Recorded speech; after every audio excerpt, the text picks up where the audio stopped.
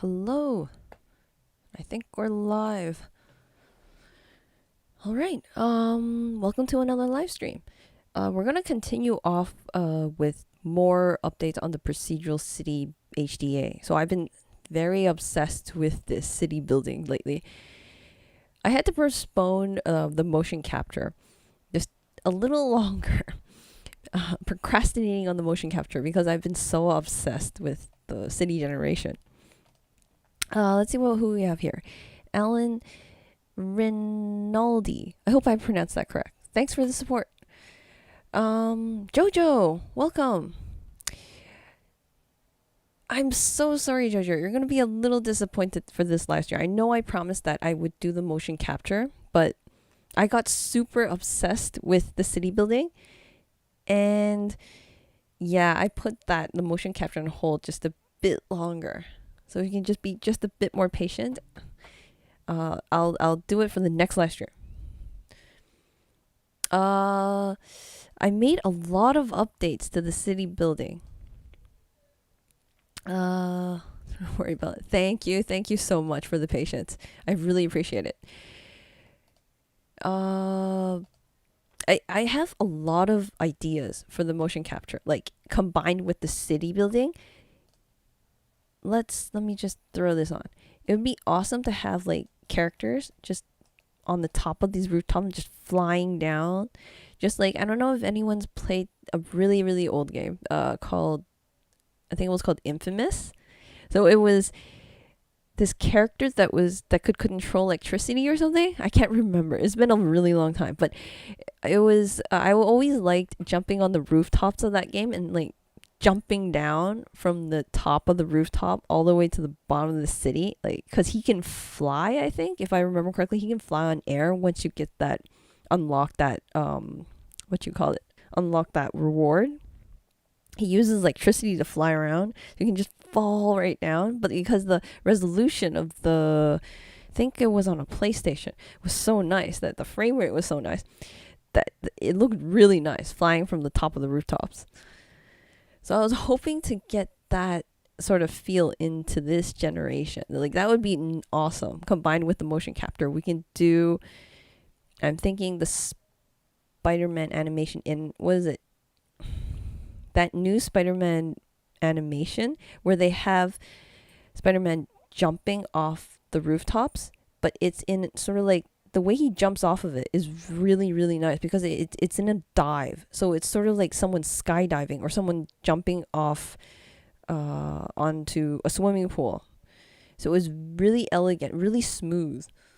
Hoping to get that. I don't know if that might be too ambitious though. But anyways, back to the city building. I've made a lot of updates. In the previous live stream, there was a lot of updates to the single building generation node. So the one that generates a single building, there's a lot of procedural UVs made onto this guy. And one of the ones was that each level in the building, so I did this little color coding to help visualize what I'm talking about. Every level in the building has its own row in the UDIM. So this is what I was trying to express in the last live stream, but I feel like I didn't explain it too well. Visually, I think this is much better. So this is the building, one of the buildings. This is the first level, and let's increase this. This is the second level, so you can see that this is the second set of UVs for this level in the building. And it's occupying the entire row of the UDIMs over here. This makes it incredibly easy to texture in Painter because for one thing, these UVs are the same height. This one and this one. And each row is the entire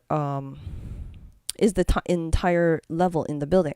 And each column coming down here is actually a per wall. So let me see if I can illustrate that. So this is selecting it by level. So let's do the same thing. But I'm going to select it by wall.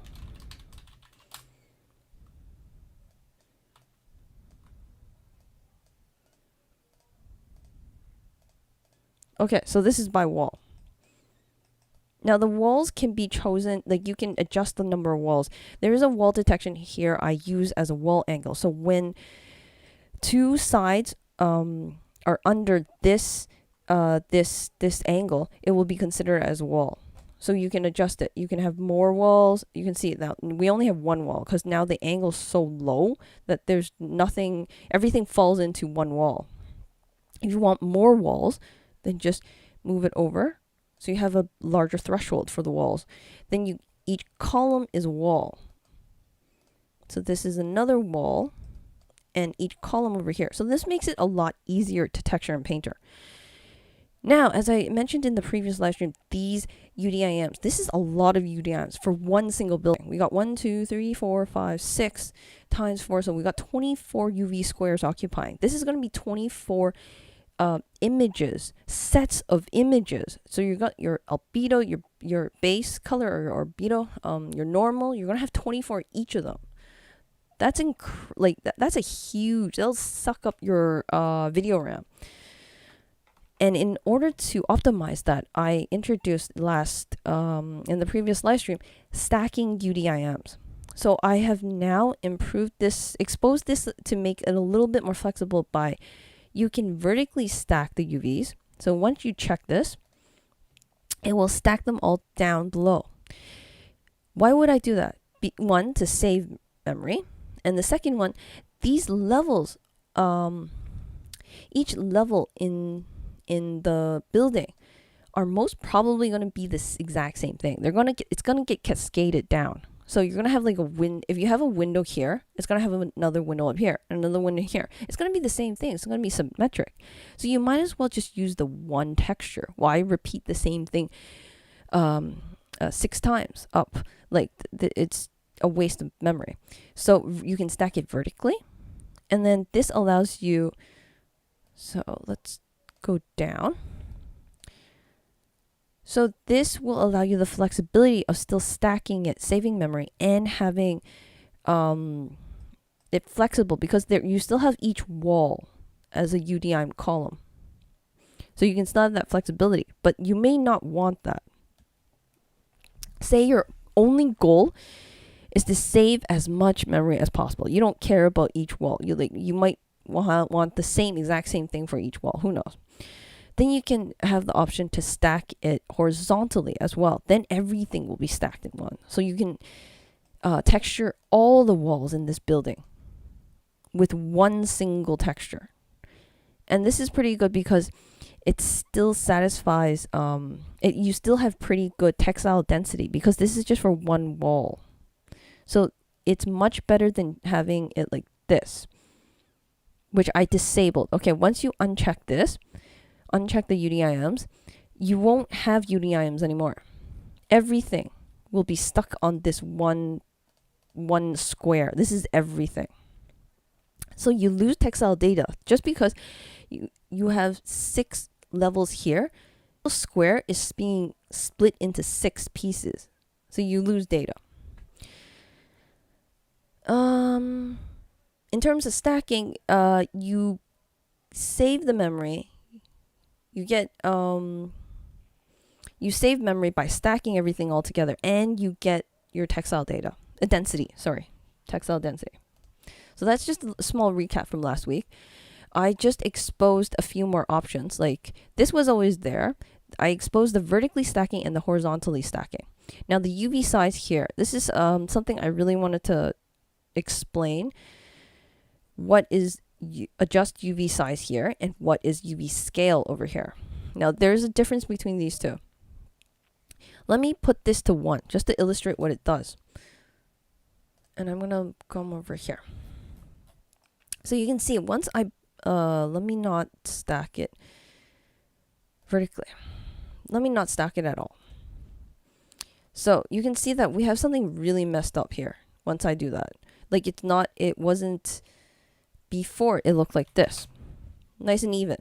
But once you set this larger, you can see everything's starting to overflow to the bottom here. That's because the walls are getting too large. They can't fit in that one UV square. This will allow it so that making it small enough to fit within that UV square. You can see it's starting to fit. It's still like, you don't want this though. You don't want it piling up, because you want these wall heights to align with the next wall height, and that will make it much easier to texture in Painter. So keep lowering this number, the adjust UV size, until it fits like nice and even like this. Like, so this one's still a bit piling up, so keep going until you get something like all aligned horizontally. This is your best, most optimal solution for texturing. Okay, what else did I write? And I also have this enable material naming. What this option will do here will just prefix each material group with a building, with something, with a name that of your choosing.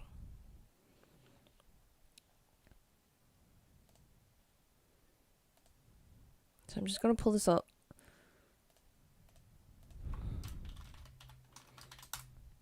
Shop.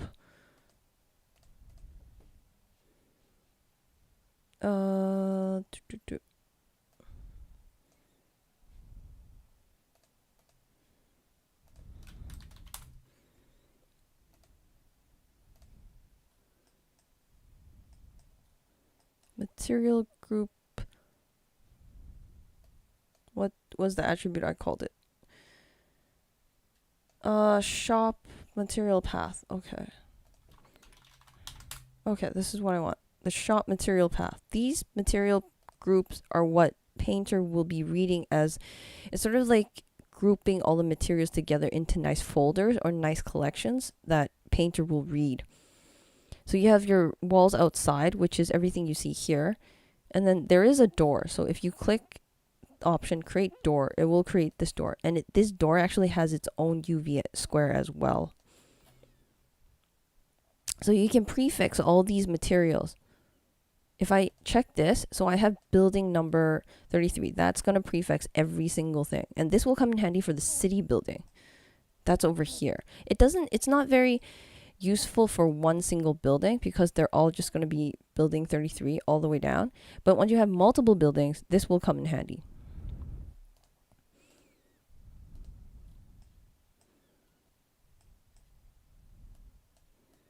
So let's see.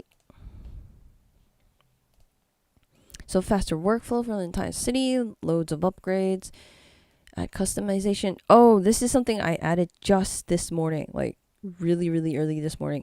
Adding customization shapes. So before this street layout, let me just close this to make more real estate. This street layout node would create all the layout, all the outlines for each building, all the blueprints for each building. Now I've split this street layout into two different nodes. This giving you a little bit more flexibility, because in the last render I did,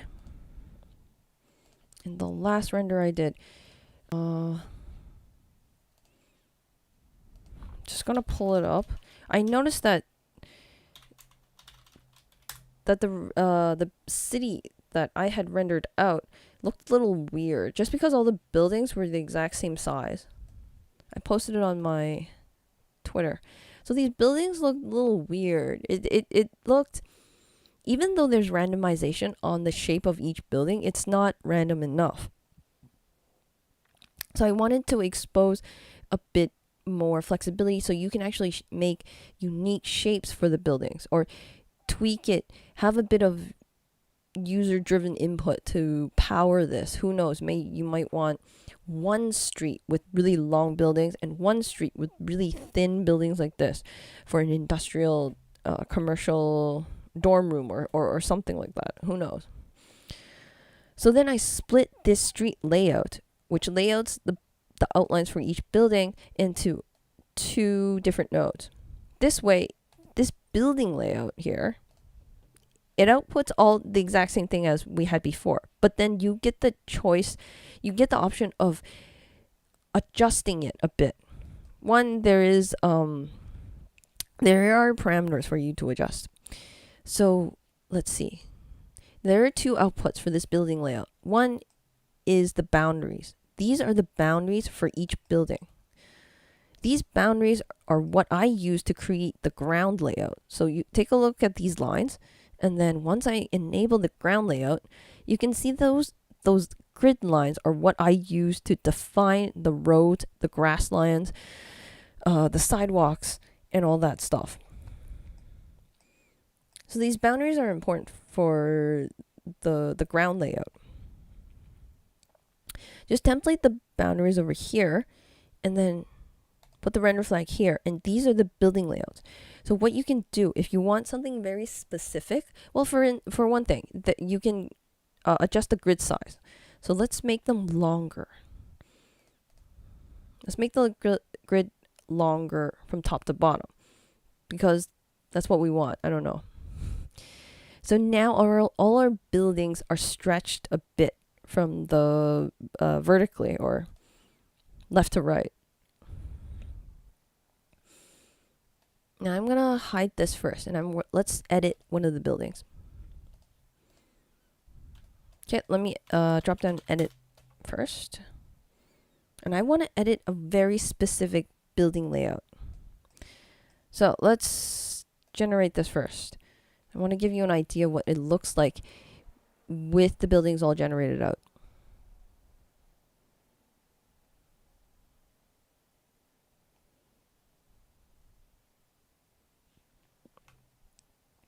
Okay, here we go.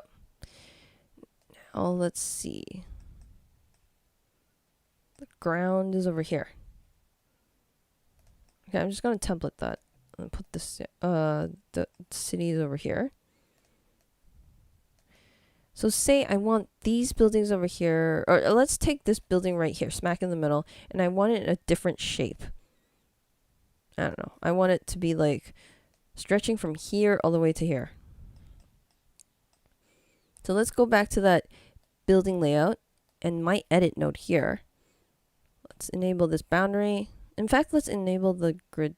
Let's enable the boundary, because then it won't, if I put it here, it'll start cooking like crazy. So let's go to edit. Oh, which one was it?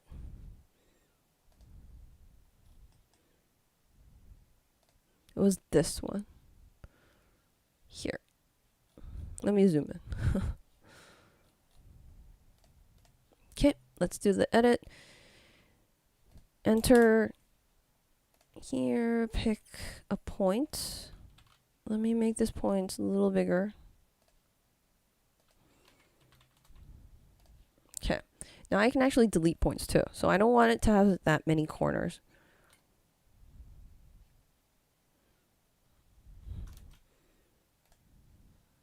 Let's delete more. Let's delete all these, and this one, and these. Okay, now I'm going to take this and press T and just move it over. This, press T, move it over. This. I'm not going to cross the boundaries, but there are some cases where you can cross the boundaries. I'm going to get into that in just a bit. Press T, move it over down here. Press T. So you can shape this any way you want, is what I'm trying to illustrate.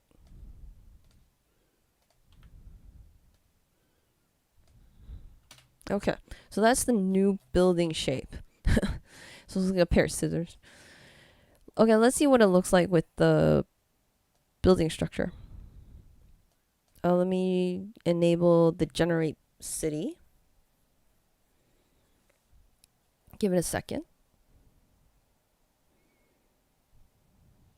Okay, and now the new building has the new shape that you have implemented or you have adjusted.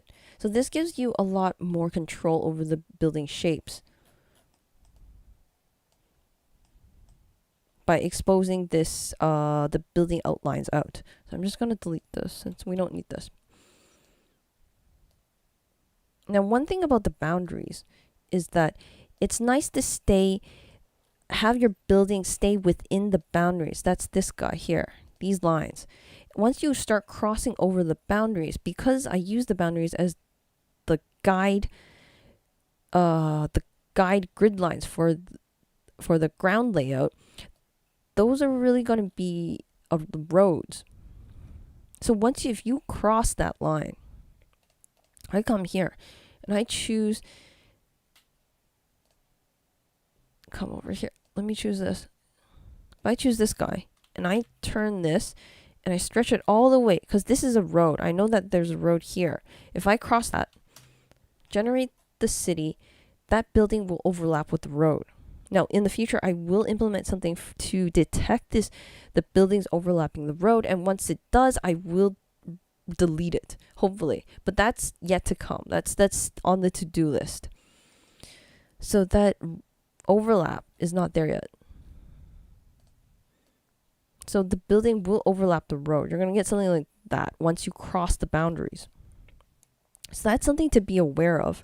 However, if you cross the boundaries where there's a grass layout, for example, we know there's a grass over here and over here, like on these two sides, on over here, over here. So you can actually cross it this way.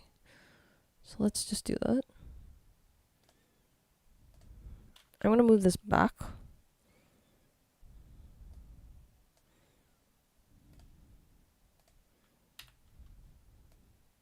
You can cross it over here because this part is just grass.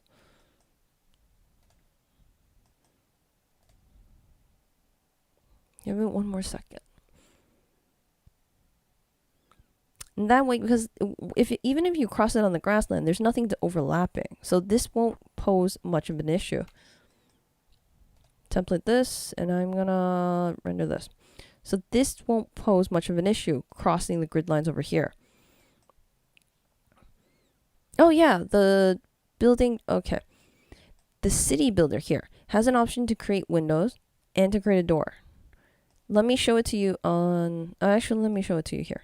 There's an option, the same option is in the generate building, a single building. You can do that too. Create windows and create door. If you want to generate an entire city with each building that has a door and windows, that's there too. The door, actually, this is just a single plane. So it's right there. So it used to be, this door, create door, was always there. But it used to be only, it would puncture a hole.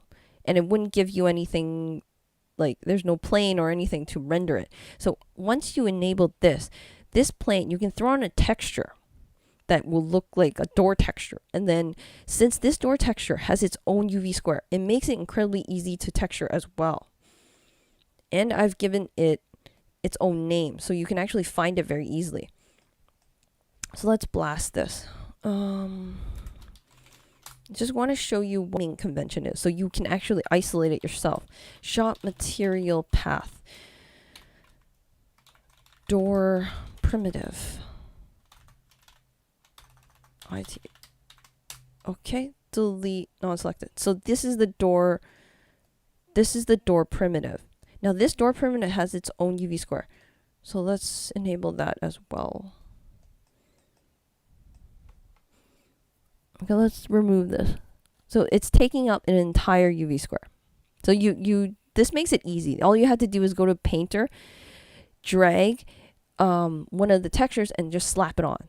This is fast and easy. Plug and play was my model for the entire city building. And I will show it to you too. Actually, let me start it up, because it does take a while to start up. Open up Painter.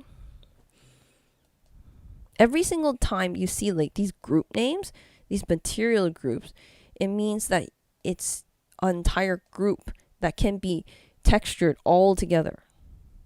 These shop _ material path, that's what Painter reads as a one group. Now the windows. Now I don't particularly like using my create windows, just because, here, I'll show you. Once you click it, give it a second to generate. It creates it creates window holes, actual holes into the building, and it creates a geometry for the windows. Because Painter already has building architecture textures that have walls with windows on it, it makes it very unnecessary to create actual geometry for the windows. It's just going to take up RAM. So these are your windows. They physically can open. I think I took that out though. Like open window.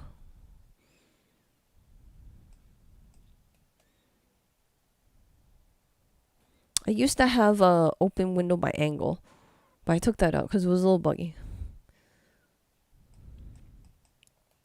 But you can actually physically open these windows, like, because it's a separate geometry. It's just extruded out, and there is a hole. So this is actually a hole through. But it's very, like, if you're gonna use Painter again, that it's very unnecessary for these windows. So I usually don't use it. It's there if you have the right textures for it. Can you add geometry of the doors and windows? Oh, like custom geometry? That is a good idea. I didn't think about that. I'll add it to my to-do list. Because that's not hard to do. Windows holes. Yeah, that's not very hard to do. I mean, getting the size correct, matching the size, that may be a little harder, but I think I can figure something out. That's a good idea.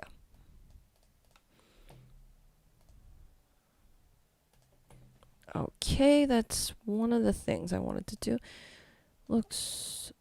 Customization, so you can customize the building shapes. Oh, I also added some graffiti. So in the little render I did, this is like a test render I did for the city. You see a little bit of graffiti over here on the store. I also added a convenience store, so that's we'll get to that. But this is a new building that I've added. There's a bit of graffiti art here. And I've only created one as like a test to see if it is possible to create graffiti art. Now the challenge for this is because once you start stacking the UVs, and actually I'll show you it right now, because the painter just my painter just finished launching, so I'm just gonna drag this over.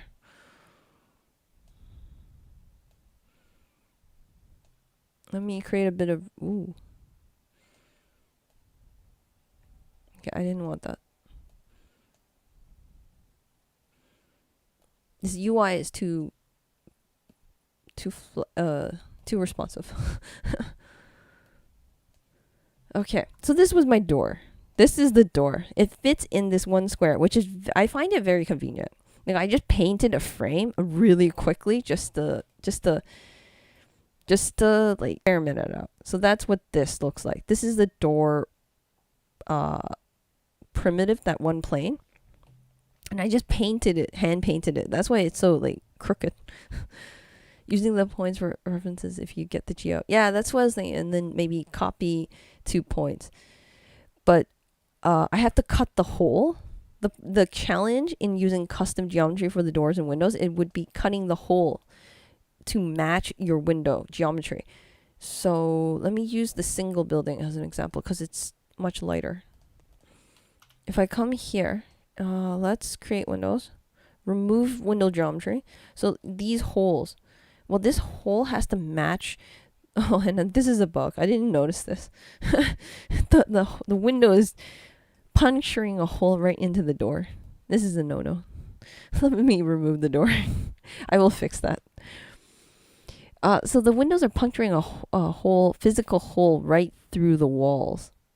So if you have your own custom window geometry, I should match the window. So if you have something like a window that looks like facade, like this, you can see that arc at the top.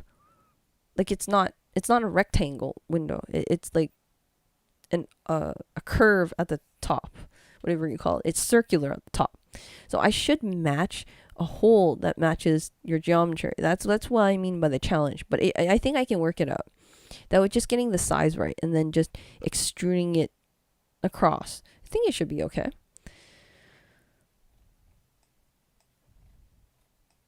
So I'll do that for the next update. That sounds really cool. So if some people have really nice window geometry, they can add it to every single like building. But beware of the poly count. because once you start cascading it like crazy, the poly count is gonna grow exponentially. But I think that would look great. Texturing. Oops, I did not do that. All right, the graffiti. Now you can see there's no graffiti art here. There's a lot of buildings in the way too. I actually deleted a lot of these buildings for this render, just because they were getting in the way of the camera. So that's another thing I need to be rendering this test scene out. Brought a lot of insight to what was wrong with my current City HDA and what improvements I needed. For example, these buildings looked way too uniform, these shapes. So that's when I came up with creating customized building shapes. So you can customize the shapes yourself if you have one particular building that wants to be super long. I don't know, maybe it's a building for the super wealthy. It's a fancy building. It's a high class building. It's huge. It's going to be a hotel or something. And that would be it. The next, unfortunately, you're still constrained by, I'm trying to pull it up, constrained by the boundaries. So you're still limited by these boundary lines. So that's sad. I need to think a way around this workflow. You can delete some of these though. You come down here, you can delete some of the islands next to it and just to make room for this boundary. And then just stretch this one building, stretch it all the way around. So it occupies the entire land. That could be like a fancy hotel right in the middle of the city that, I don't know, for a game, for your film or whatever. So there's no graffiti in here. And I wanted to show you, if you wanted to put graffiti on in Painter using the stack UDIM workflow that I've been showing you, you're going to have issues. Because the stack workflow, okay, here's the texture list. I will show you. So you can see these naming looks familiar. These are the names in Houdini that we named each part, each component. I'm going to turn off the walls. Go to the walls. Okay, here. Now I'm going to turn this off. So those are the walls for all of them. It makes it easy because I'm stacking the UVs. You can see that the UVs here, all the walls are stacked in this little UV island. Yeah, it's memory efficient because you only have one image powering all of these, the entire city. However, there is a downside. This only makes it easy. Sorry, let me return this back. Makes it easy for texturing because this UI is way too responsive. Okay, let me drag this yellow one here. And I'm going to just drag it down here. Let me drag this out of the way. Now you can see it powers it up everywhere. Now let's just shape it so it looks like something. It makes it easy because all I have to do is fit one square. And everything will fit. Everything fits now. Well, except for you're going to come across some of these like this. So you're going to have to like adjust this length. Like that. So you have to look around and adjust the width. Just because I can't predict how wide each walls are. Some walls are longer, some walls are shorter, which makes it hard. I can uniform all the heights. The height can be uniform because that's okay. It's cascading upwards. However, sideways, I can't really predict how long each wall is. But you can adjust it. This is a quick and easy way to texture it. I do offer 3 different UV layouts to make it so you can choose which one you want. If you want a proof of concept, like something, I don't know, you have to deliver something to a client. And you just want to throw on a basic texture. And you just want to show them this is the city. I mean, they're just like a proof of concept. This is the best layout, procedural UV layout for it.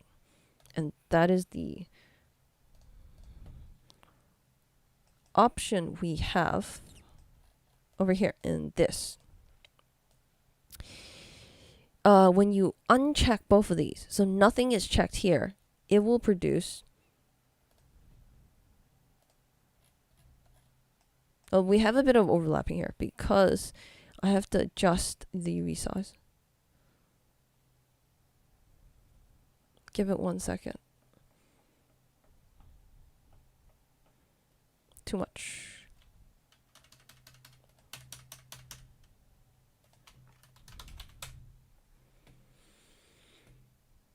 Just give it a second. There was a bit of overlapping with the UVs.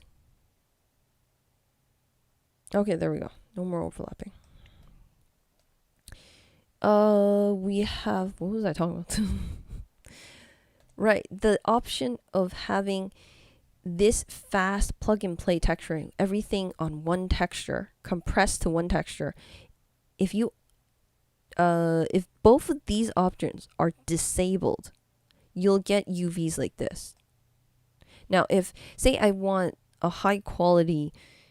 more high quality city, I want to texture each building one at a time, and I want to put like an air conditioner over here, maybe every 2 levels, and put some graffiti art over here, and put something funny here, like a very different. I want to put bricks for this building, and I want to put, I don't know, a panel for this building, and I want to make this one a factory or whatever. You want a different texture for each building.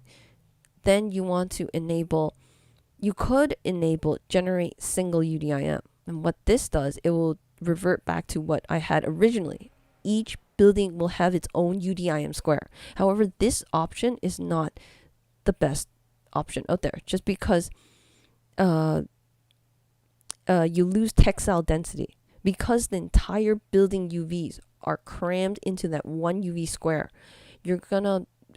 it's gonna struggle getting, there's a huge loss of data, because this is a wall. This little thing here is a wall. It's too small. You lose so much UV data.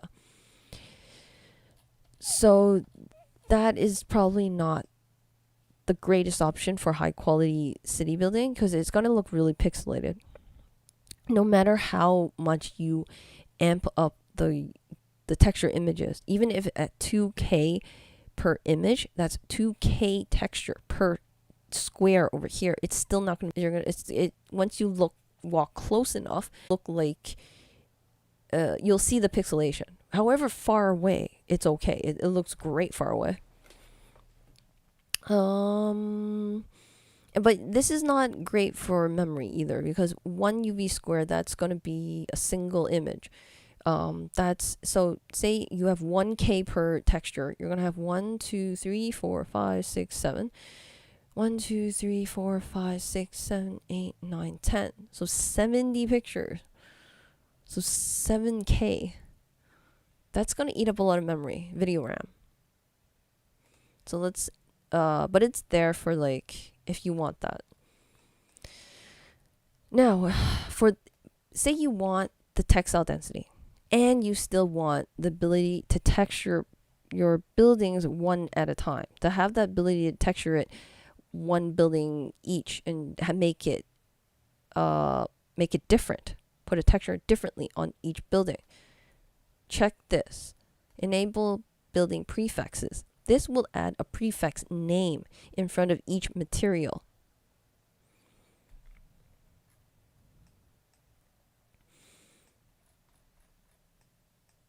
Right. Pull this up. So you can see here, now we have building underscore 74 walls outside, or blah, blah, blah.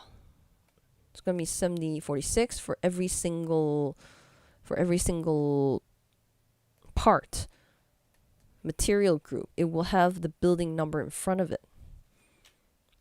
Let me do building, what did I call it? Build underscore 99 underscore dash. Let's call all these up. So these are all the textures. Now you can see I don't do any UV stacking on it. I allow you full customization. So this is a lot of textures. This is if you want something really high quality. So this is one building. And you get all this down here. I mean, you can stack them afterwards. So that's here. This will allow you to put a different texture for every level, for every wall, and for every part of one building. Each building. So this is maximum flexibility. It's not the one that, like, it would take hours depending on how many buildings you have. I would, like, this is a little too much buildings though. Like, I would delete some of them. Udim was very useful too with the height field tutorial you did previously. Yeah, that substance, the height field to Houdini height field to substance painter. That one was really nice. I should redo that video just because Painter has an update to its UV workflow. So when you come over here, there's these two options. The last tutorial was based on this option, which is the legacy, was the old way of doing things with texture maps, masking. This one allows you to actually paint over it. But it's the same way. It's not much difference for the height fields. Oh, there was one more thing I wanted to show you. Putting a decal. So this way is using the lazy way. So I call it the lazy way, which is the way enabling both of these options will get you the lazy way. So it's just calculating. Let's go back to Painter. Let me throw on some decals to show you. That's the graffiti art you see over here. I only made one, but I'm thinking of making more of these because it looks really nice when you throw it into the city. So here's the graffiti art over here. You have, let me see if large. Okay. This is a white mask. So this is a black mask, and this is the actual graffiti art. They're all PNGs. Substance Painter uses white masking in order to throw the decals onto the buildings. So just be aware of that. Is it just me, or Substance Painter does not look like Substance Painter anymore? What did Adobe do to it? I am not sure. I know that the substance source, the material, is driving me crazy. So once I see something I want to download off their material library, you have to jump hoops to get it into the application now. It used to be seamless, but now it's like, it's a headache. Why not go for a realistic approach for the building shape and proportions? Oh, I added, that was one of the updates I've done to the buildings. I've allowed some customization for these shapes. So if you want like something that looks different or more normal, sorry, like as you said, more normal proportions, you can adjust it now. So buildings, they usually look like apartment buildings, they usually look like a huge TV, really rectangular. And what you could do is just stretch it up like 3 to 4. So you have the buildings all stretched. But then they're all facing the same way, which is kind of boring. There's a little bit of randomization. So that's probably what you want something to be more proportional, right? If you don't like these little artifacts, you can turn up the fuse artifact corners. So this will give you more smoother corners. So like something like this. Keep turning it up. You know what? I will actually add that in. Like to give you, some people might just want a rectangular apartment building. You are right about that. Well, I gotta start writing these down.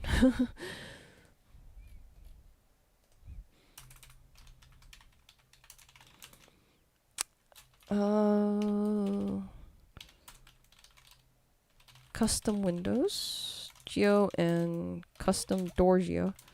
What was the other one?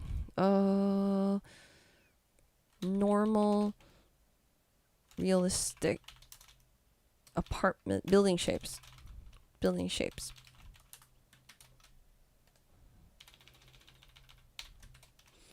I'm not fancy. I'm just notepad is all the way. So you can stretch it like that, and then you can edit each one. Oh, that because this was referring to something else. We have to edit it again. Hopefully, exposing this is something that you like.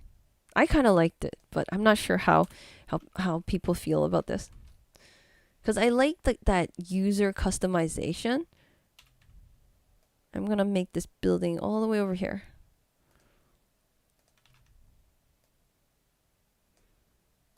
And then you can delete stuff. So I'm gonna delete this. Okay. Generate buildings. Generate city. Junwoo, hi. Okay. I hopped in too late. Oh, don't worry. Yeah, old buildings are like boxes. They are. Okay, so this allows you a bit of customization. But they're all facing the same direction, which is sad. I should put a random rotator for each building. I think that would be nice.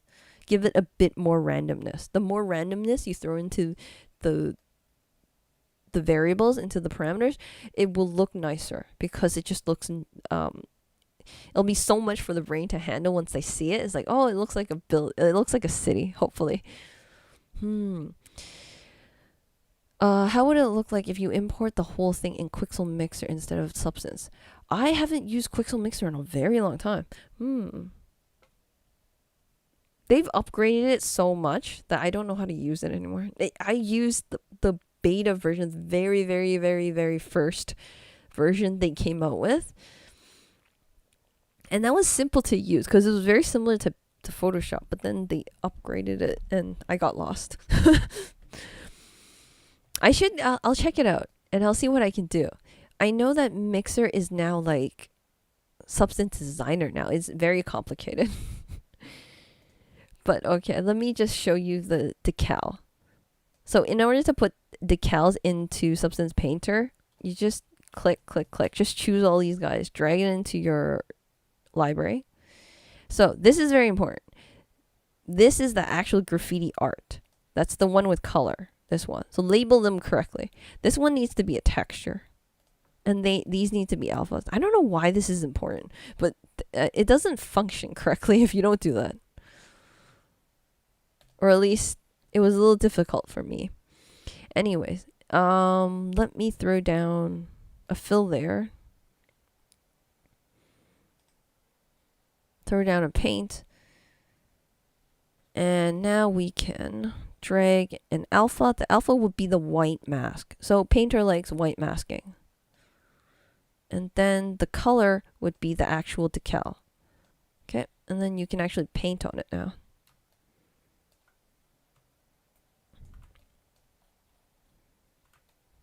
Now look, now be aware that this is, the UVs are stacked. So watch what happens. Oops.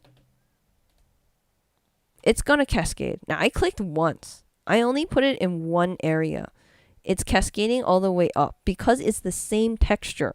So this is, I keep ironing, like keep repeating myself. This is the same texture. That's why it's so memory efficient and fancy and blah, blah, blah. But this is one of the downsides that you're going to get. Because it's the same texture, if you put a decal on the first floor, it's going to it's going to go all the way up. I mean, yeah, I separate the roof and the ground level, but if you want something fancy on the middle, like you're probably not going to have graffiti art on the third, fourth level, but still, if you wanted something else, like a damage, you might want to put a hole here. So they do have like other kind of decals here to like a hole damage or property damage or grunge work. You might want like paint. You might want peeling paint on a third floor or something. That you like, then you can't use this workflow. Not in Painter. So if I want graffiti art here, and I still want to compress my, stack my UVs, compress them, what can I do? Well, what I did was export all these textures and exported the city into Blender, because that's what I use to render my scene, render everything, because it's free and it's fast. And it's high quality. Sorry, this is okay, I think I loaded it up already. Okay, let me see. Okay. Turn it up. Let me turn on Eevee though. I think it's on cycles. Oh no, it's on Eevee. Okay, good. Okay. So here I have all the textures. These textures were created in Painter and they're loaded into Blender. And I still got that graffiti art, but take a closer look at the graffiti art, because I can click it, and this is actually an image. What do they call it? An image plane. So it's something separately added into using Blender. It's not really, it's kind of cheating. It's just put on top of it so it looks like it's on the building. So you can do that for other stuff. So click this. I think it was click here and then Control A, image planes. Go up. Now where did I put it? Graffiti art. Sure, let's put my logo. Okay, and there it is. But you have to like resize it. Ugh.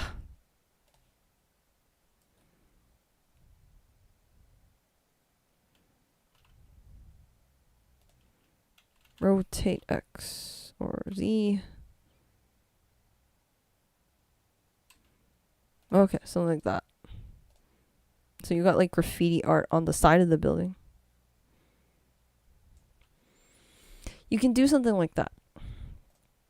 We got you now. You were a Blender fan. I'm so sorry. Yeah. Blender is awesome. Because this is rendering in real time. And I can use this in my stream. So I hope that you can see why I like this so much. If you render it in cycles, I can't go that fast. Like, this is even faster than Unreal Engine, because Unreal, you have to actually bake the lighting. This, you don't even have to bake the lighting. But it's fake lighting, though, so that's the difference. There is a quality difference. Let's see. Oh, right, I added a new convenience store. It's still in the works. So let me close this.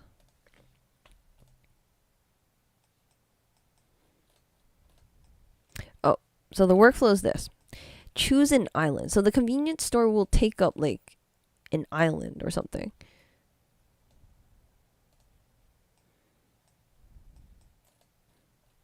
You don't really need to choose an island. You can like this, I'm blasting an entire island off of here, but you really don't need to do that. You can just choose a land. Choose a piece of land. So let's do another blast. Put the blast onto the ground layout. Hook it up to the ground layout here. And isolate areas in the city, in the ground layout of the city. Choose this, select 3D connected, and I want primitives. So choose primitives over here. I'll remove the 3D connected, sorry. So you can choose each grid now.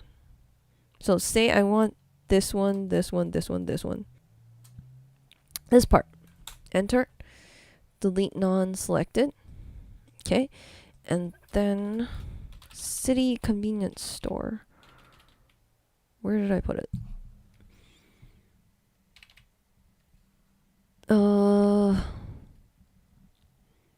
Here it is.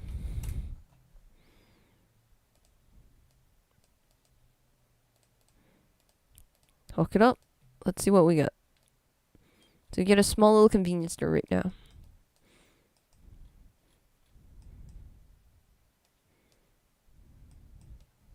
So it'll take up part of wherever you want. Now, let's create a door for the crane store. You have that same door option, create door. It puts a door on the wall with the longest wall. It'll choose the longest wall and it'll slap a door on. Now, if this is not where you want the door, you can adjust the door position with this parameter over here and just slide it over. So it'll just start sliding it across. Now, if you go across and you run out of numbers, you can still go further, like just keep going. So the slider might not have enough units, but I didn't limit the slider, so you can keep going until you don't see anything. Then you know that's the end of the road. So you can get all the way around. Now you see, you don't see the door anymore because this is like that's the end of the units. So go the other way now. 150. Okay. Nice way where you can customize the door. And say this door is not large enough. You want a larger door. You can adjust the door size. I want a longer door. Okay, you know what? Let's put 5. All the way. I don't know. It might be a huge door. Be careful with the height, because if you have the height too high, it will start going up to like the roof, and it'll cause a lot of issues. So that is the roof. The roof has a bit of extrusion at the top, so you can put like a sign up there or whatever. And you have that same material prefix naming if you have multiple stores and you want to distinguish the materials for each store. The city looks cyberpunk. Thank you. This night city, I guess it's called. You're missing flying cars and some gangs walking in the streets shooting each other. I really wanted to make it a bit more the back alleys of I was looking for references online and I came across this artist, this one on ArtStation with city buildings. And there's these back alleys in Hong Kong that this guy had. Oh, I don't remember where it was the link. Let me see if I can find it. And it looked awesome. Just it looked dirty though. There was a lot of cables and stuff, but his ArtStation one looks awesome, and I really wanted to do something similar to that. Let's see. The back alleys looks awesome just because there's so much cabling and so much like messiness to it. Back alley. Let's see. Oh, this looks awesome. Something like this. This looks awesome. Imagine your character was walking through this in a suspension film or a thriller scene. All these cablings, you can, as the character walks past it, the electrical conduits can like spark or explode, or piping can burst, and then there's so much you can do here. There's so much potential. I was gonna do this, but then slowly. So right now I only have convenience stores. Hopefully as times, yeah, I saw that too. Use the cable wire node in sidefx. I saw that too.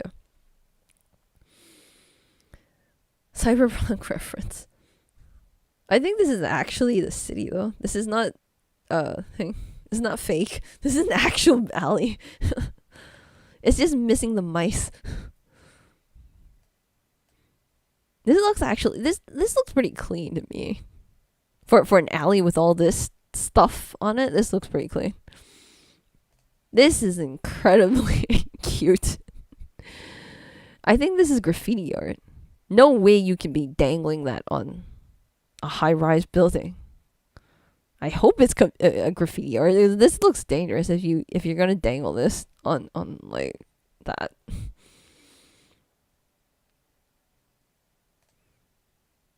Oh, here's your cyberpunk alley.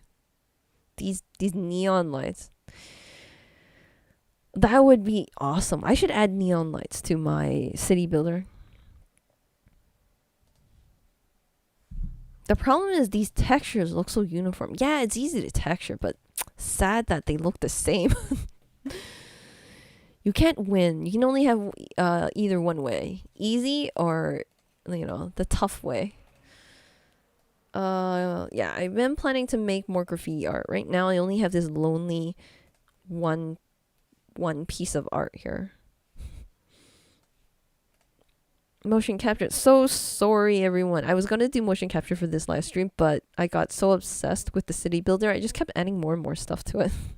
And it has grown to be mainly all the upgrades have been with the procedural UVs to make it easier to for you to slap on UVs, like click and drag. That's my aim. That's the goal that I'm going for. So a lot of these upgrades here are aimed at, click and drag, go away. Are aimed at, generate, send it out, put in the to Painter, and then click and drag something. It's all one click solutions. That's what I'm aiming for.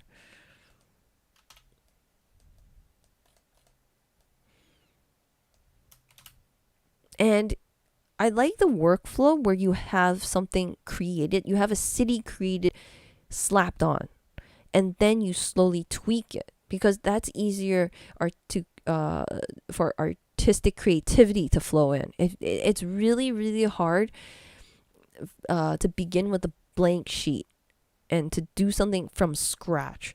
That I find that it's really stumps the imagination, and it really throws a lot of hurdles down your creativity. Yep, you need some neon lights, some AC units. Yeah, the AC units. And some rooftops, DSL cables. Yeah, I was looking for like cell phone towers, traffic lights. I only have street lamps, which is sad. So I do have that street lamp here. But that's not much. Merge hole. You can barely see it. The street lamps are so thin. They're right there. I have street lamps, sidewalks, roads, buildings with doors and windows. I have one lonely convenience store. And what else do I have? Yeah, that's all. Most of the updates have been about procedural UVing to make it easier. Oh, I also updated the roads so that the roads would have more UVs. Because I noticed that in the previous version, so this new updated version will be version 6. The one I released a few days ago was version 5. So that one had really, really low quality UVs, and it resulted in really, really blurry and pixelated roads and sidewalks. This one is a lot better because I had subdivided it a couple of times. The sidewalks are now stretched. I've done some stretching of UVs just so that you can get one sidewalk. I was trying to fit one block of sidewalk, like one brick of sidewalk, into one UV square. So that was something I was trying to do. And that turned out nicer. If you close it up, you can actually see the sidewalk, bricks. There is one downside that I've noticed while I was texturing this city, is that because it's procedurally generated, you're gonna get slanting of this, just because the sidewalk it starts to slant. Let me see if I can find this in Houdini. Let's see. It's in the middle. It's on the side of this. Oh, right. This is based on a different building. Okay, but you're gonna see a lot of slanting. This is not something you see in everyday life. You don't see a sidewalk like this. So this is something I have to fix. The road looks looks awesome though. The slanting didn't bother the road at all. The grass. Also this grassland. Believe it or not, I actually have a UDIM for the grassland, but it still looks pixelated. So, ooh. Let me see. Grass. Okay.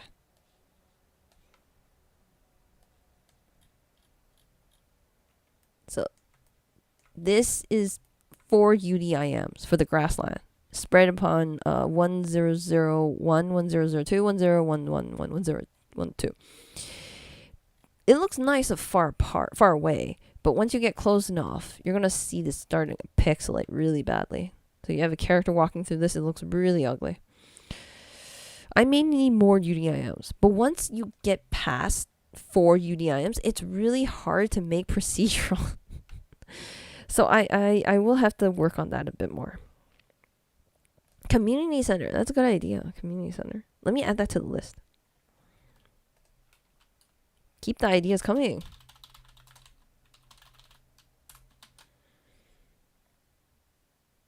So I already went over all this. This was the 3 different ways of UVing.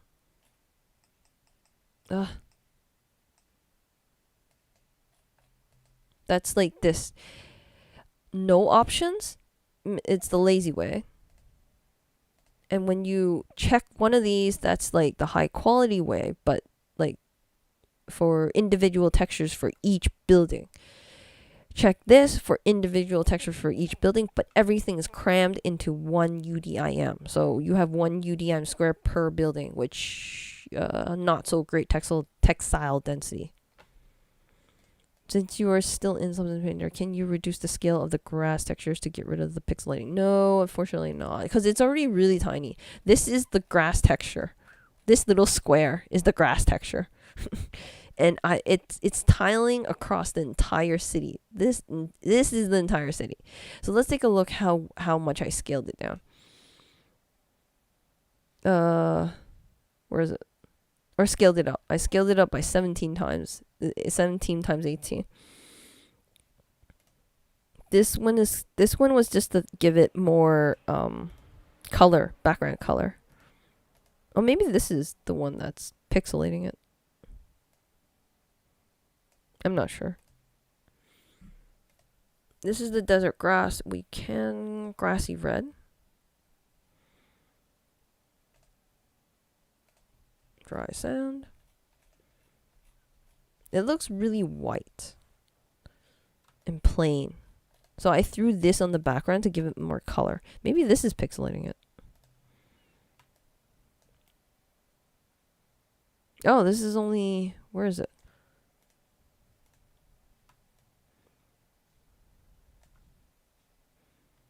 Repeat UV projection. UV projection. Fill match per UV tile. Let's see if that's better. Oh, that's a lot better. It's still pixelated. It's still not to the level that I want. I need more UDIMs.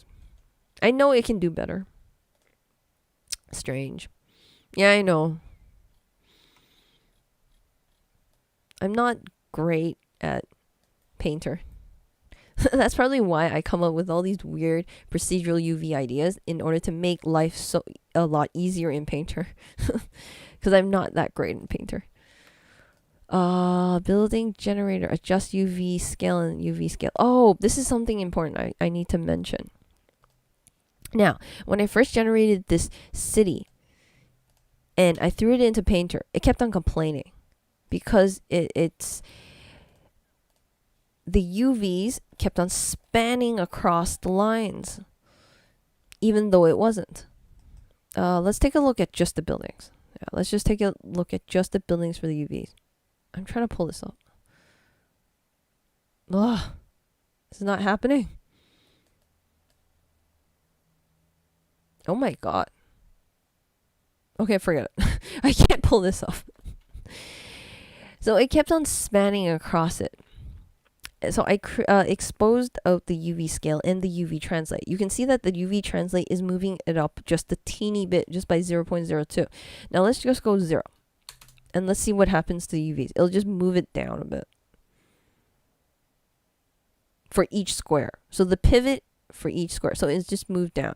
So let's put 0.1. I'm going to exaggerate this a bit. Let me UV scale. This UV scale will scale each UV square individually. So if I go like 0.5, I'm going to exaggerate these numbers to illustrate what they do. Let's give it 1 second. It's calculating. Okay. Oh, the door is in the way. Let me delete the door.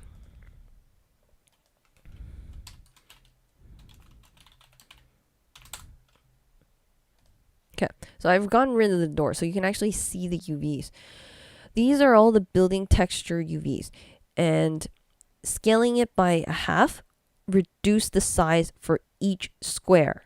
And then what you can do is this one will move it up toward the inside, just to give it some padding on this edge and this edge down here. That'll just give it some padding here and here. I'm not sure why that didn't go up. And this is something that I've noticed that Painter needs. Otherwise, it'll start complaining and go like, okay, the UVs are spanning. I suspect that Houdini is putting the UVs exactly right on the edge of this line. And apparently Painter doesn't like that. I suspect. Because once I move it up just a teeny bit, like don't put it at 0.1. You're losing a lot of UV space. That's a lot of data loss. Put it really, really small, like 0.02 or 0.01, something super tiny. And the reason I expose the UV scale is that sometimes, because the UVs are sometimes fill up the entire square. If you just even nudge it up a bit, it will span on the other side. So just put it to 0.95 or something, or 0.9. And just take a look at the UVs and see if everything looks like it's within its own space. So this looks good because there's a bit of space here. There's a lot of space up here. And this should be good. This will play nice with Painter. So that's why I exposed this out. So don't get confused with this UV scale and adjust UV size. Now the adjust UV size is for the walls. So it makes the walls a little physically smaller so that you can fit an entire wall in one UV square. Adjust the UV size here. If your walls start overflowing on the bottom or they start stacking on top of each other in the UVs, because you want the UVs of the walls aligned horizontally to make it easier to texture in Painter. Go for V5. Reduce more, it will be fixed. V5? Oh, you mean the version numbering? I wanted to distinguish because V5 is already out. I released it a few days ago. If I wanted something to distinguish this from the previous release, because V5 is over here. So that if someone coming in and they didn't know about the update, they would, if they already downloaded V5, then they might get confused and they thought like these updates are in V5. So that's why I have to change this number just a bit. Like maybe V5.1 or something, but there's so much updates. I might as well just give it another number. It'll be fixed in the Substance Painter, not in Houdini. In Substance Painter, I'm not sure I catch you. Go over V5.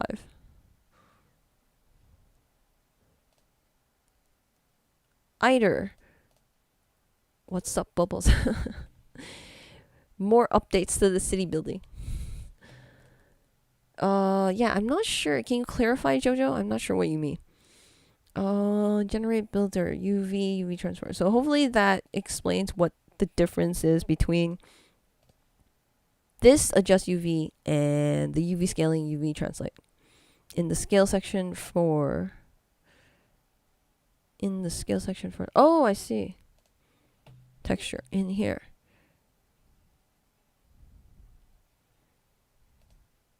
UV projection.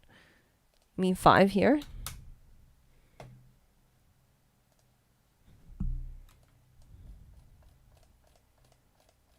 Yeah, it's still pixelated.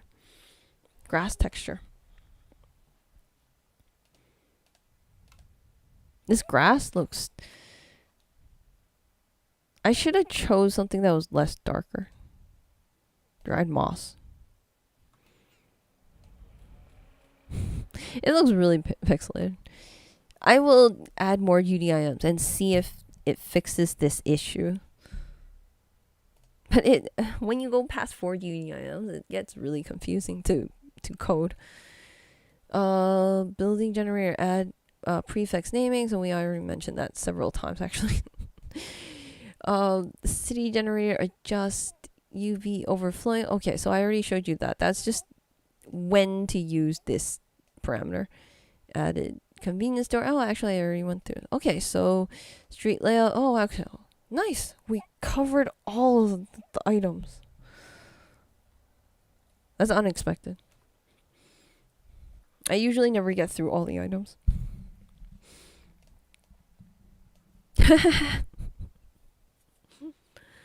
Sorry, I thought this is Teams meeting.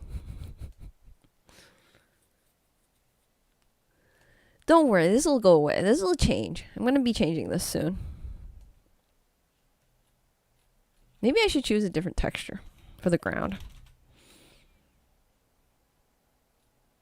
Oh, grass. Don't have much grass textures.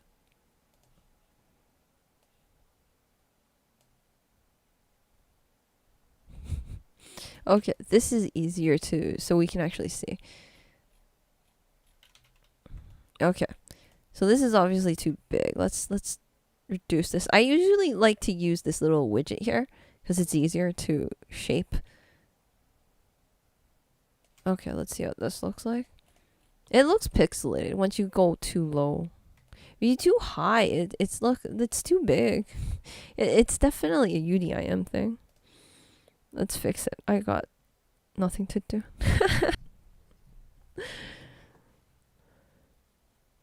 Awesome. Reduce scale. Yeah, it's not helping much. I like your enthusiasm, but nah. This is too harsh to look at. This is so sad. And this is based off 4 UDIMs. I keep thinking that I have to add more UDIMs, and the coding behind that, I just want to blank out. Reduce more. Okay. I'll do it. Oh, whoops. Whoops. I didn't just do that. Oops. Okay. Was it 10? This is 10. So let's gonna keep going. More. Okay, 128. This is quite a lot. Now it's just like nothing. It's just blurry now, Jojo. And it's so pattern. You can it's so much. It's scaled up so much that you see the pattern so obvious though. Oh my god. Too much. Okay, let's go back down. Go to the render section in Substance Painter. I might crash. Okay, let me close some stuff here. Since we crossed off all the items on my list, so we can have some fun. Let me close some stuff. Oh, I can't close this. What can I close? Let me close Blender.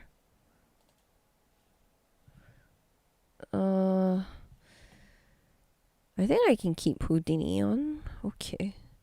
Let's see. Camera. Yep, just give me a second. So iRay is warming up.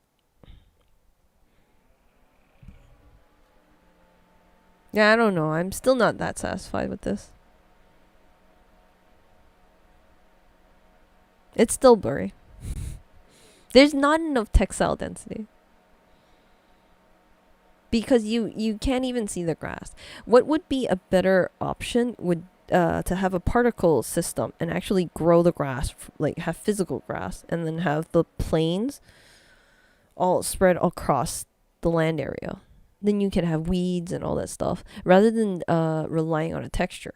The reason why I like to rely on a texture because like I said, I keep running out of video memory. Just because there's so many buildings and there's so many so many looks good. No, Jojo. We can't live like this. No. I refuse to accept this. It's a blurry patch of green. You can't even make this out. You can If I took a screenshot of this, you would not know what this was. It looks like smudge paint. Yeah, yeah. It is true. It is. I just need more UD items. Don't worry, it'll go away. I'll fix this. But I like the lighting in Iray. This looks nice. Look, I love these shadows. This looks really nice. I don't use Iray very often. I love this shadow. How can I change the... What is it? How do you change the lighting? Control? Shift? Oh, there it is. Shift. Oh, I love this lighting. So Iray has really nice lighting.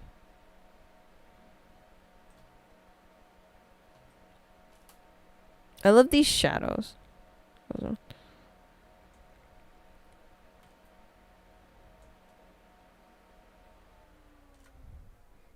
Okay, my fans are going crazy. I was trying to do the same thing in Blender. Sorry, I keep going back to Blender.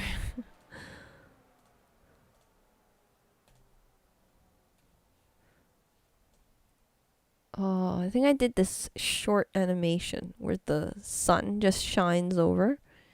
It looked pretty neat.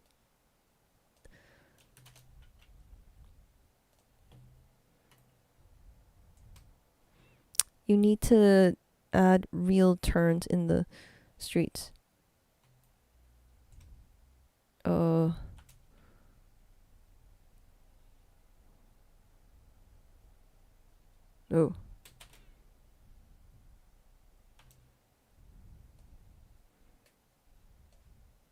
Oh, it took away my sun. World. Oh, because I switched it over to this, right. Go back to the world. I think it looked better with this. I should have went with this instead of the other one. This HDR map looked way better.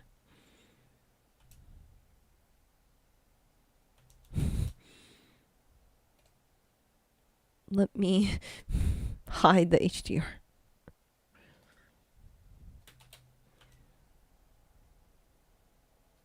Oh, I had reduced it.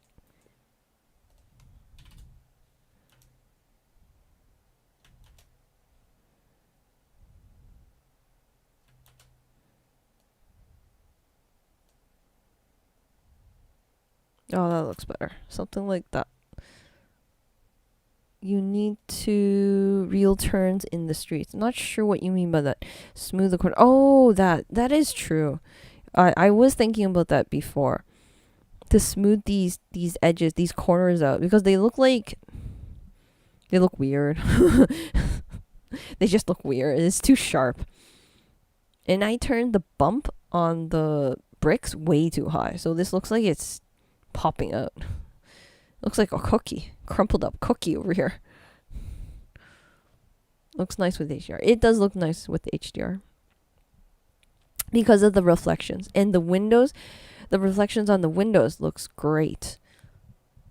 I just wish I had some, what do you call it? Emissions on some of the windows. So Painter does have emission, what do you call it? Emission textures for the windows. But you have to jump hoops to get it. You have to add a different channel and stuff. And I forgot how to do that. But once you have the emissions on there, that I could hook that mask to the blender, and then I think that will look make really nice night scene. If some of the windows had lights coming out. I've also, as I was working on the City Builder, I came across this plugin for Blender. I'm sorry, but it looked really nice, and I was planning to get it for. What was it? Parallax. It's this thing here. I think this would look awesome. This would be perfect for my city generation. uh Chip Walters, this guy makes really nice add-ons for Blender, and what he's doing is he's taking these are actually texture images, so you get high quality, and it has depth. So these images are different from just normal picture images. Like, they're different from these graffiti arts I have here. Oh, I just did not do that. What they do have is depth. So you can actually see, not see, you can actually feel that it's actually physically there. It's not just a plane. It won't just look like a plane. That's what he did with the parallax effect. So as you're moving around, his rooms will move in a different angle, and this is amazing because it's low memory usage. It's all about memory for me. It's all about the GPU memory. Let's see if we can watch this. It's so awesome. So I was gonna try this out and throw it on my city builder. Oh, this is actually a texture image. A texture image. It looks like a physical room, doesn't it? It looks nice with the HDR. Let's reduce UV scale in Blender instead. Give it a shot. Sure.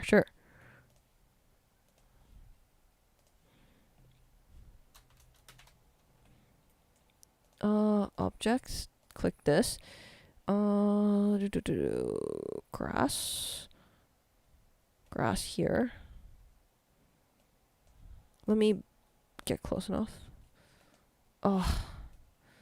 Okay, that's as close as I can get, apparently. Let me turn down the clipping.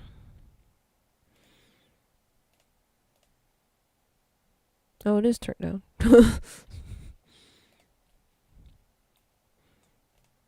Okay, 1 second.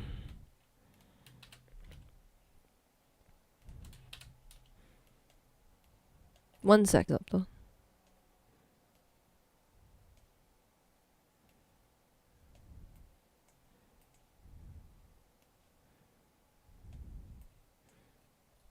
Okay, I can't get closer. I can't zoom in any closer. Let's try this. 10, 10, 10. Oh, right. It's not gonna work. You can't scale it up in Blender because the textures were made in Painter, and the Painter textures throw some sort of weird. I will show you. So these are the textures. The one where we want is grass, normal height. Where's the base? Here. So you can see here, these textures were made in Painter. So you can see how you have these little like stretching here. That's because that's where the UV ends. So Painter has this stuff. I'm guessing this is to avoid people stealing their textures or something. I have no idea why they do this. But this stretching here will cause issues it only works in a 1-to-1 UV scaling inside your rendering engine. Like you can't scale this up. Oh, that is really annoying.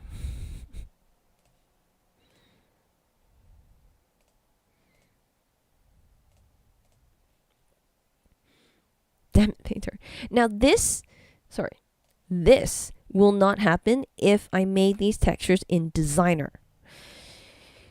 And actually I can show you because I've been learning some Designer, and I was trying to make building textures for everyone, but that didn't make it. So I can show you what I have so far. Oh, I have to start it up. So let me close Painter. Should I save? No. I clicked the on things. Give me 1 second. Painter Designer. So I started making an apartment building. Not great, not fancy one, but it's a start.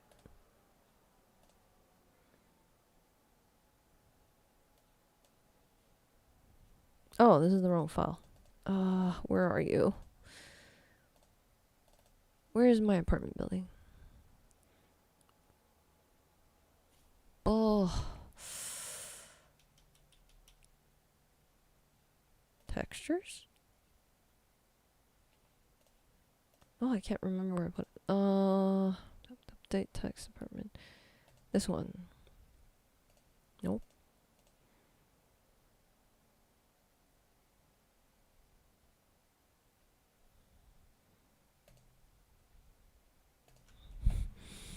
I had moved the file right before the stream. That was a terrible idea. Textures UVs. Why did I do that?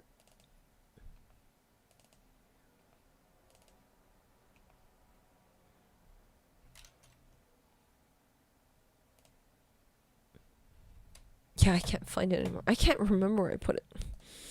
Okay, I have another plan for the texture. Grab another texture outside of substance. Hook it up in Blender and see if you can control the UV scale. That might work. Okay, let me go to texture. Sure, we can do that live. Texture Haven. So Texture Haven has tons of free textures that you can use. Grass. Well, they don't have grass.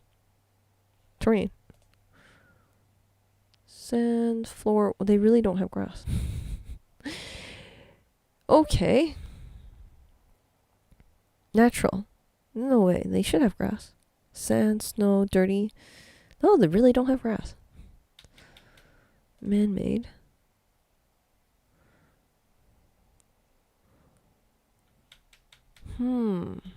Okay.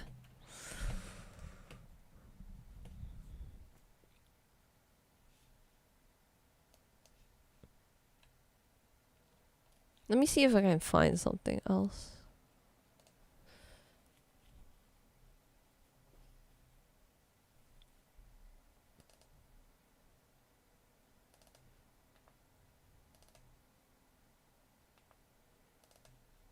Textures, Marlin, doo.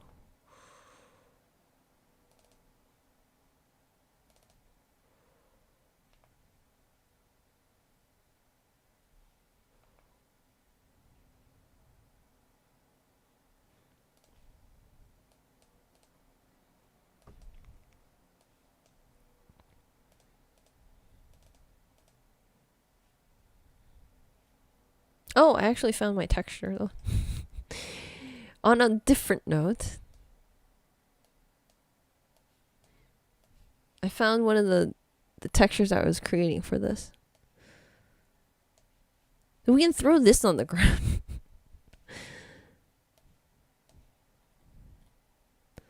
So I was trying to create a texture for the buildings in Designer.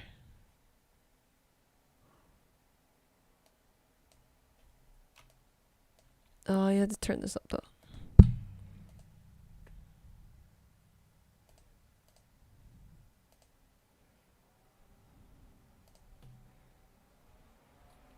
Turn on the tessellation. Form factor, tessellation scale.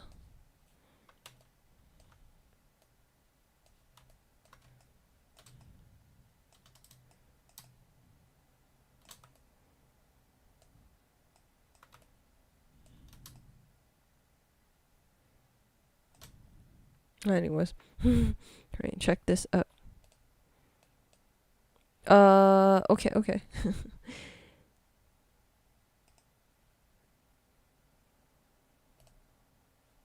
We can throw this on the ground just because I don't have a grass texture.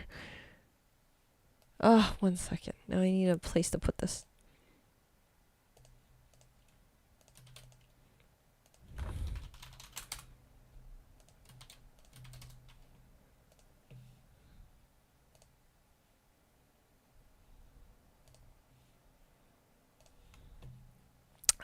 Grass. Object. Okay.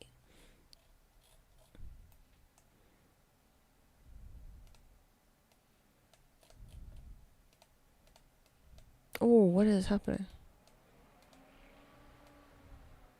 Okay.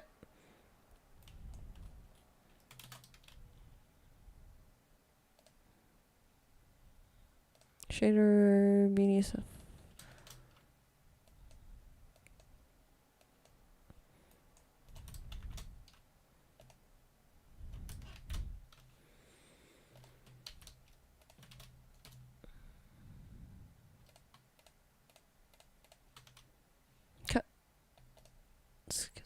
try to in execute program paths.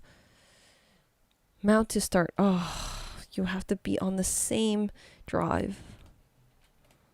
Hard drive issues.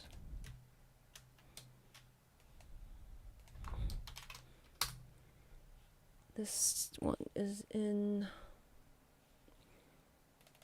Okay, I'll stick it on the same drive. Oh, Blender does not like it when it's not in the same drive.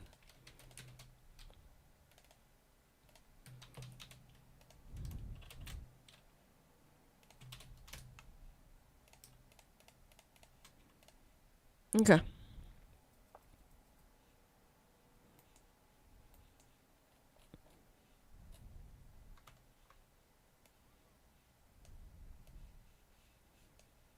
What the? I can't zoom up.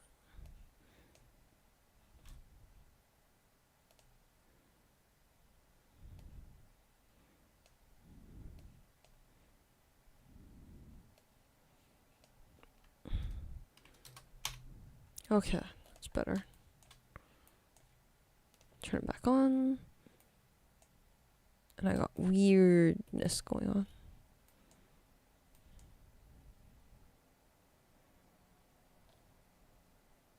Oh, that's because the base color isn't checked.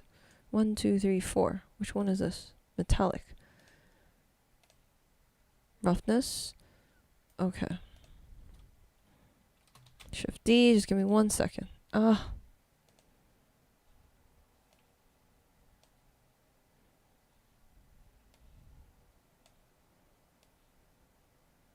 Metallic. This one, I need the base. So I have like building textures stuck here. Now let's reduce this. Let's just pretend that's grass. Because all we're looking for is resolution. Sorry, I don't have grass texture. Oh, I can't zoom in though.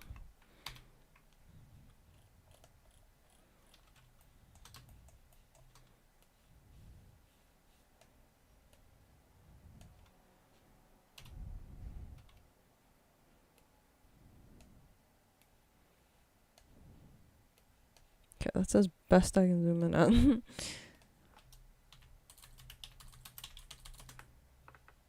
can start to see that little lines. It's probably gonna work though. Like as you said. If that was grass, probably be better. Something is not showing the chat. Search for forest leaves in textures. Haven under terrain. Place a camera and zoom.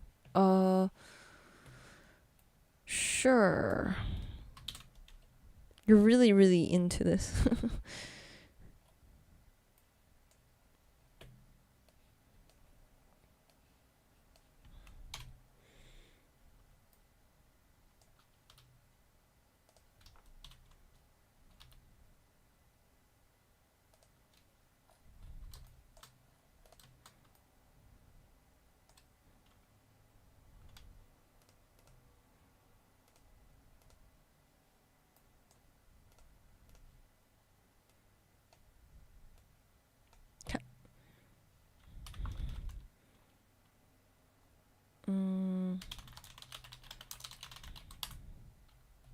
Okay. Oh, this. Oh, my mouse is stuck.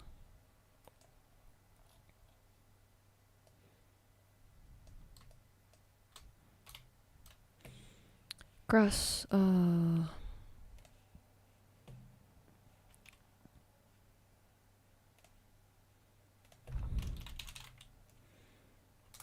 you're right. There are textures. There are forest textures. Give me 1 sec. Let me just download this. I'm gonna stick with 1K because I feel like my graphics card will die.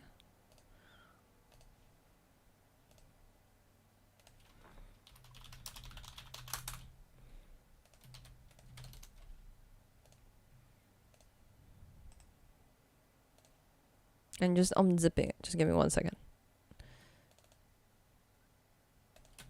Okay.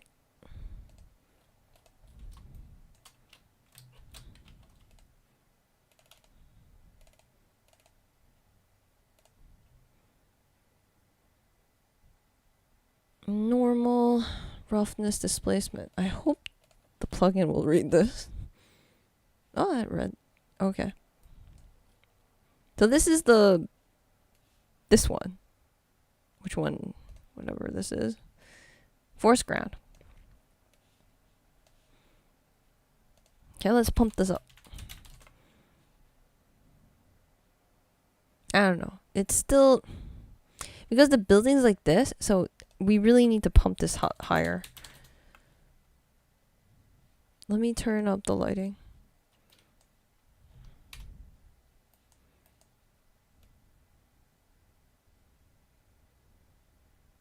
So you can actually see it.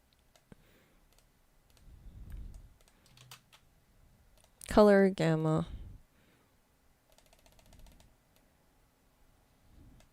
Oh. That didn't do anything.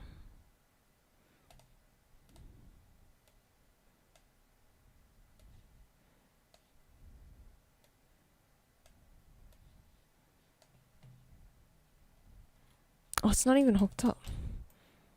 Oh, I'm changing the wrong one. That's why. Oh, man. Sorry, this is the old one. What am I doing?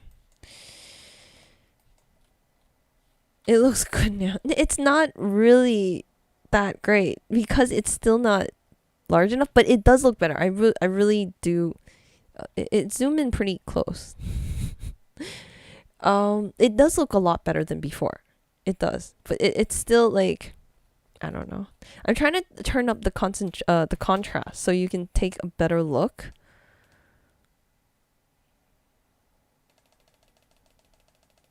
There you go. Okay, that looks a little bit better. So you can see the contrast and make out the edges.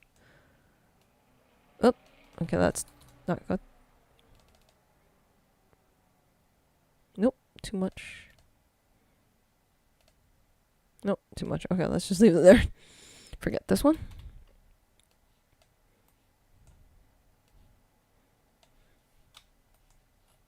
It does look a lot better than before.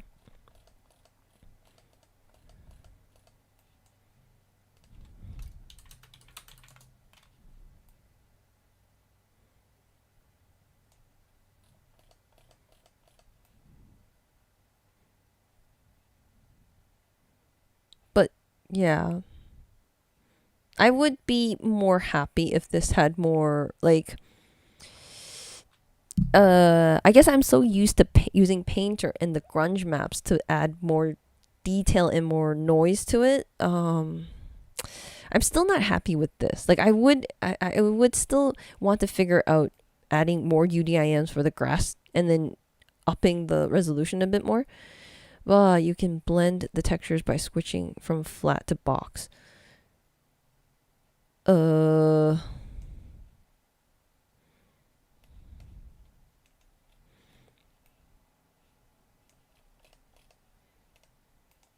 Points?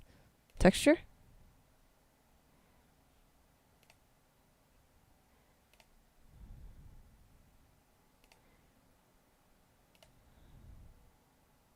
This should be UVs. Point. I'm not sure what you meant by that. I swear it looks good with high contrast. It does look a lot better. Yeah. I agree that it looks a lot better. It's just, I want it to look even better. Even more better. You can, you also need to use object space for the box thing. Object space. Because I have UVs. Realize the UVs. But let's try with the object space.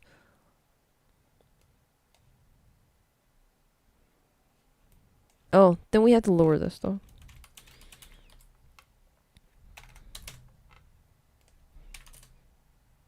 Ugh. Okay, maybe not the object space.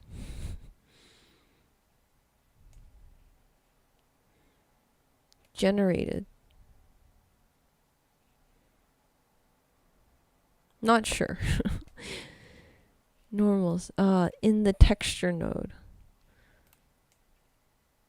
In here, flat box. Oh, that's what you meant by blocks. Okay. UVs, let's go 10, 10, 10. Sorry, where were we at? 20, 20, 20.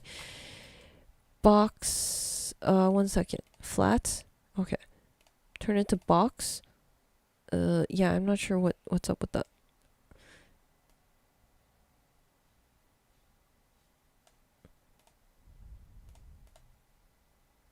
Sphere. Flat. I think I'll just use the flat one. The node that contains the texture, switch from flat to box, then use object space instead of UVs. Oh, I see what you mean. Object space, box.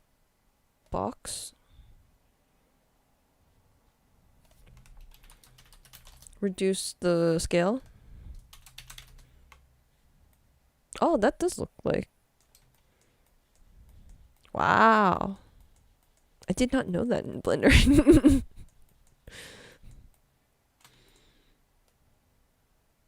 I know there are streaks because I didn't fix the other stuff. Wonder what the blend does though. Cool. I did not know that in Blender. Box. Now I want to switch all of them. Box, box, box. Let's turn it up a bit. 5, 5, 5. Oh, this looks a lot better. But still, I don't know. I don't know why I wanted this to work in Painter. But I use Blender to render it. The irony. Texture node, object space, the blend option on the the blend zoom out. It blends the seams between the textures.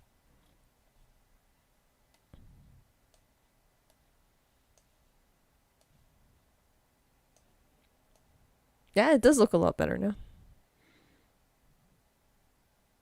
Let me switch this.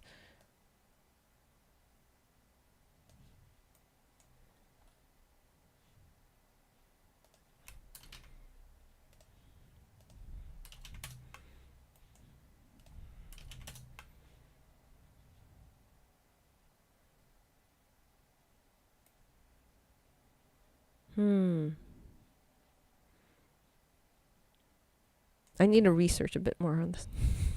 Not sure how to use this. But thank you, Eric. That was a very nice tip. I didn't even know you could do that in Blender. Ha ha ha. Zoom out of less. Reduce UV. I'll reduce it. I still see the streaks though. Like these the lines, the pattern lines.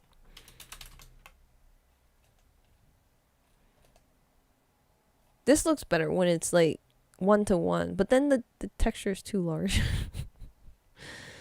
Because the person is supposed to be this tiny. Like that, we can use the window as a height size reference, and then the grass is like the size of the guy's head. Well, okay, let's see how it looks though. It looks better with its reduced lower.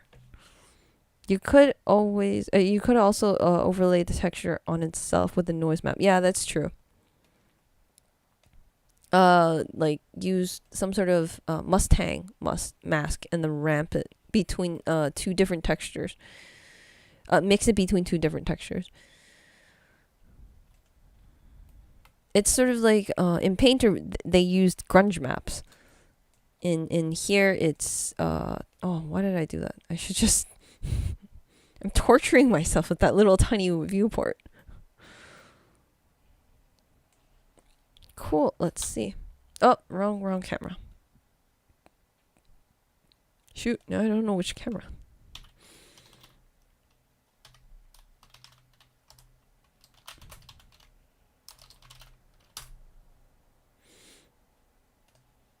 Okay.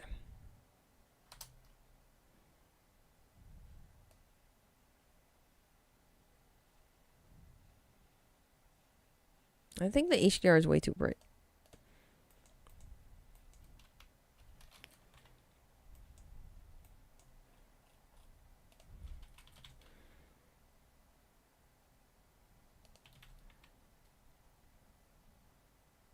What I should do is lamps. Object. Turn this up. Let's see what happens then. Oh, nothing, because it's Eevee. Okay, much better. Forget about plane 3. It looks better now. Now I can sleep, otherwise I would be thinking about it. Alright. Alright. So, I guess it's probably that time to end the stream. But thank you all. Thank you, Eric, for the tip. And thank you, Jojo, for pushing me to keep trying that texture. So I learned a lot of things, especially in Blender. I didn't know you could do this in Blender. Not this. I meant the grass. This. The texturing. This texturing box. Oh, it's the wrong one again. There's something wrong with my mouse. I can't zoom. So I didn't know you can do this. And I didn't know, like, I never used to play around with these things, but now I know. Thank you so much. I'm going to look more into it and see what I can do, what this is capable of. That was fun. It was, actually. I hope I can improve this a bit more. So, I will be cleaning the HDA up and then releasing it to everyone as a version 6. Just because I know the numbers are increasing like crazy, like version 6, 7, 8, 9. Just because I need to have a difference in the numbers so people know that there is a change in the file. And I definitely will be starting on the motion capture. And then maybe have a character come here and then skydive down. That would be kind of cool. Probably even more denser buildings would improve. I actually deleted a lot of buildings over here just so I could get like the camera here, because before there's so many buildings there I couldn't see the ground. So I just started deleting everything that was in the way. I think the buildings should have different more variety in shape. It looks weird. This is when I realized, when I rendered this out, I realized that the building shapes looked weird.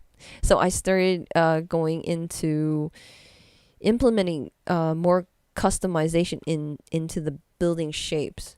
And I started exposing this building layout here. I started exposing this out. So splitting this street layout into 2 different HDA nodes. That's when I started doing that. After I got that render out. Cool. You guys have any more comments or anything you want me to try? I'm gonna start ending the stream off. So I had a lot of fun with you guys too.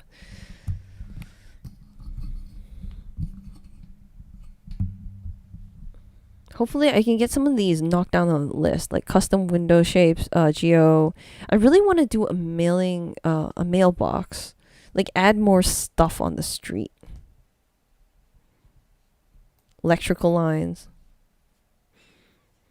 electrical boxes, vending machines. That would be nice. Dumpsters, garbage cans, bus stops, traffic lights. Traffic lights are a little harder, just because this 3-way stop is hard to detect. But why they are in the same direction? Which one? What is in the same direction? Stuff on the roofs. Oh, that sorry. That was thrown in really, really quickly. Like all these textures were literally a click and drag in Painter. I didn't do anything special to it. This is a concrete slapped on at I think ×4. So you can see it starts to repeat. I didn't even put noise on it. Like I just wanted something quick. This was done yesterday. I spent all the time implementing the updates, and rendering this out was just within an hour. Not much. Like AC units.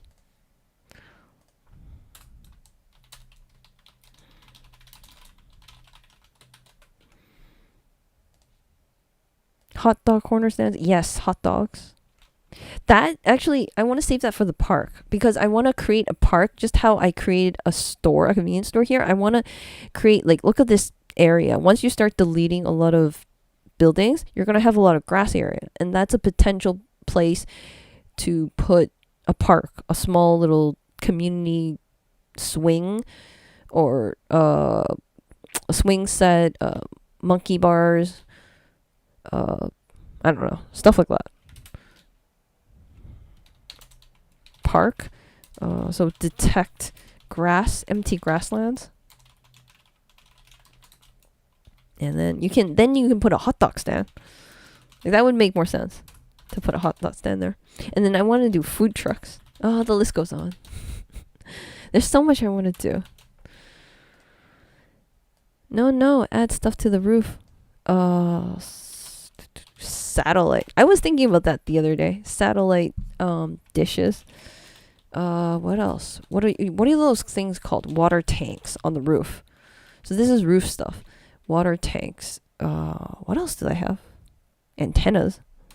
I don't know if anyone... rabbit antennas aren't used anymore, though. I don't know what else goes on the roof. Buildings in the same direction. Maybe some randomizing the direction. Are you talking about the textures or the actual buildings? The buildings are actually random. But they're all in the same shape. They're not really pointing in any direction. There's no direction because all of these buildings are squares. They start off at squares, and then I start randomizing the shape a bit. It might be coincidence that they're all pointy in the same direction.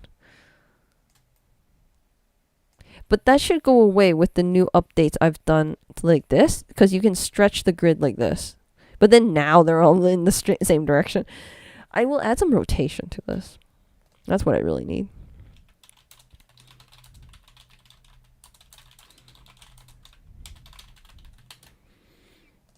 See different building styles like classic, modern. That actually that goes to the same thing over here. Because all my UDIMs are stacked on top of each other, that's why they all have the same textures. They look exactly the same thing because it's just one texture. It's memory optimized. If you want individual buildings to have different textures, then you're gonna have to have a set of UVs for every single building, and that's very memory costly, and you have to texture each building one at a time. So that's actually in, but it's just that I got lazy. It's not something I want to do for every single, to test my city for every single version. Football pitch for the neighborhood. What's that? Yep. Different building shapes. Yeah, more different building shapes. I'll work on that. I'll work on this. All right. I'm going to have to go just because this is a really long live stream and I'm getting super tired. But thank you all for the suggestions. I will start implementing them. I probably won't have all of them. But since the hardest part of the procedural UVs are all gone, I think the rest, hopefully, I'm putting my fingers crossed that these will be a lot easier to implement. Fingers crossed.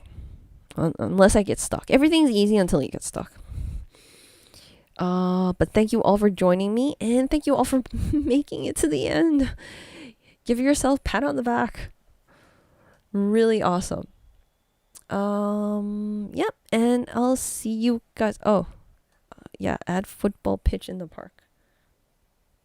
I'll look that up and see what it is. I don't know what that is. I think it's that fork thing that they play football with.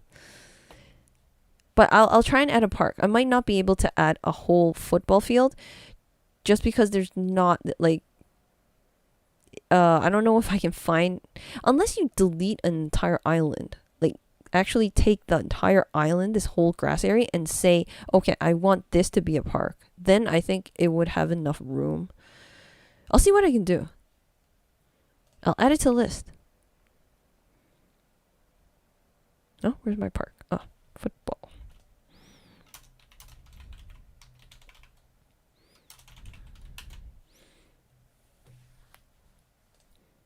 No problem. Or you can call it soccer. Okay, now I get really confused. I know that in UK they call soccer as football and football is soccer over here or something like that. The soccer goal thing. Okay. To me, soccer is the one with the white and black ball. And football is the one with the little small ball and where people knock each other down. Football. That's what it is. That fork thing, right?